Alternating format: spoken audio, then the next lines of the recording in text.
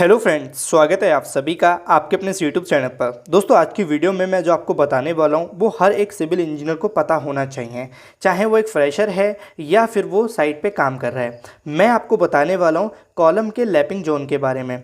एक लैपिंग देने का तरीका क्या होता है कॉलम में, ये चीज़ इंटरव्यू में भी अक्सर पूछ ली जाती है कि भी हम किस जोन में लैपिंग देते हैं और लैपिंग देते समय हमें क्या ध्यान में रखना होता है। तो इस वीडियो में मैं सारी चीज़ें कवर करने वाला हूँ, आप आसानी से समझ पाएंगे और साथ ही जब भी कभी आप अपनी साइट पे काम करा रहे होंगे तो अच्छे से सुपरविजन भी करा पाएंगे। तो वीडियो में एंड तक बने रहना है। वीडियो को आगे बढ़ाने से पहले मैं आपसे एक रिक्वेस्ट है कि आप इस चैनल को सब्सक्राइब कर लीजिए अगर अभी तक नहीं किया है, साथ में बेल आइकन को ऑन कर लीजिए और वीडियो को लाइक कर देना अगर पसंद आए तो यहाँ हम बात करने वाले हैं लैपिंग के बारे में। अब जैसे कि लैपिंग होती क्या है कॉलम में, आप भी अच्छे से जानते हैं कि जैसे मान लीजिए कि हमारा एक कॉलम है, ठीक है। जैसे हम यहाँ पे एग्जाम्पल के तौर पे समझते हैं कि जैसे एक सेकेंड, हमने माना कि ये हमारा एक कॉलम है, ये हो गया हमारा कॉलम।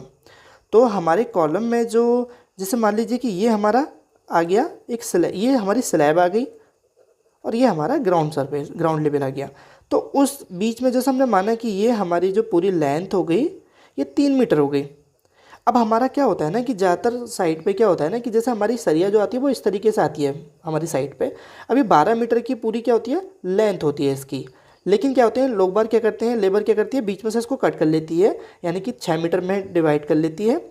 अब हिस्से में काट लेती है, फिर हमारी कुछ सरिया फाउंडेशन में भी इस्तेमाल होती है। तो कहीं ना कहीं क्या होता है वो टॉप तक हमारी पूरी एक सरिया नहीं पहुंच पाती है। तो जिस बीच में क्या होता है ना कि हमारा बीच में लैपिंग आ जाती है, जैसे कि हमें इस तरीके से कॉलम को ऊपर ले जाना पड़ता है, जैसे कि एक सरिये से दूसरे सरिये को लैपिंग करना होता है। तो यही हमारा लैप होता है ताकि कंटिन्यूस हम उस कॉलम को या उस कॉलम की सरिये को आगे तक लेके जा सकें। अब यहाँ पे होता यह है कि जो साइड पे काम कर रही होती है लेबर, वो बहुत ही रेयर केस होते हैं कि प्रॉपर एक लैपिंग को सही जोन में लेके चलें। तो उस कंडीशन में हमारी रिस्पॉन्सिबिलिटी बन जाती है एक सिविल इंजीनियर होने के नाते कि हम उसको सही तरीके से कराएं।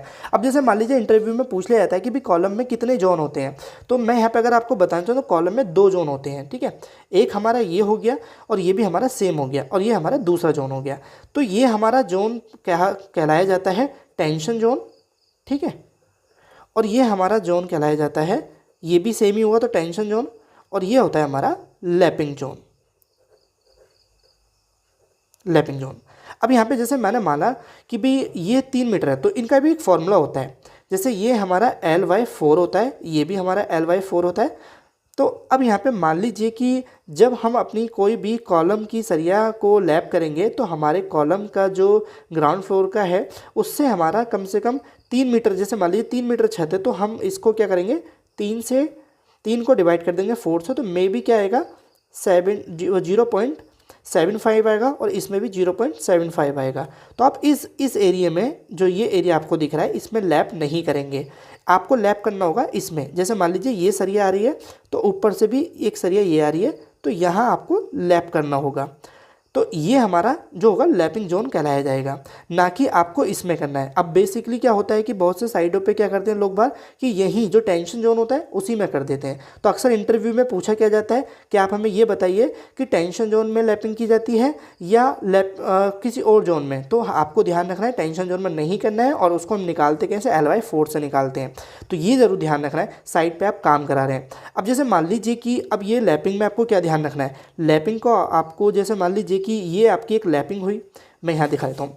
जैसे मान लीजिए कि एक कॉलम, एक सरिया ये रहा, एक सरिया हमारा ये रहा, तो आपको ध्यान रखना है कि कभी भी सेम जगह नहीं कर देना है, आपको अल्टरनेट करना है। जैसे कि अब यहाँ हो गया ऐसे ही, मतलब एक बराबर नहीं कर देना, ऊपर नीचे कर देना है, ठीक है। एक यहाँ हो गई तो एक की हम क्या करेंगे, यहाँ पे लैप करेंगे इस तरीके से। और यहाँ पे मैं एक चीज़ और बताऊँगा, ये जो लैपिंग का होता है, ये जो होता है, ये LD जो होता है हमारा कितना लिया जाता है। तो देखो ये डिपेंड तो करता है बहुत सी चीज़ों पे कि भी आपकी जो इंजीनियर्स हैं या डिज़ाइनर है उसने किस हिसाब से डिज़ाइन किया है, बट यहाँ पे हम लेते हैं 50D। अब D क्या होता है, D होता है सरिये का डाया ऑफ स्टील। देखो मेरी राइटिंग थोड़ी ऐसी है तो आप बस समझ लेना जो मैं समझा रहा हूँ। तो डाया ऑफ स्टील, अब इसका सरिये का 50 गुना, जैसे मान लीजिए कि हमने माना कि 12 mm की सरिया है तो 600 mm की लैपिंग की जाएगी, यानी कि 2 फीट के आसपास। तो ये हमारा पूरा एक लैपिंग जोन का प्रोसीजर हो गया, कहाँ पे लैपिंग दी जाती है, कितनी लैपिंग दी जाती है और क्या बातें ध्यान में रखनी होती हैं। ये अक्सर इंटरव्यू में पूछा जाता है। कुछ टेक्निकल टर्म होते हैं और बहुत ही ज़्यादा कॉम्प्लिकेटेड होते हैं, तो लोग बार समझ नहीं पाते। सबसे ज़्यादा कन्फ्यूज़ होते हैं लोग बार इसी में कि भाई लैपिंग कहाँ दी जाती है, कैसे दी जाती है, और ये हमें साइट पर भी ध्यान रखना होता है।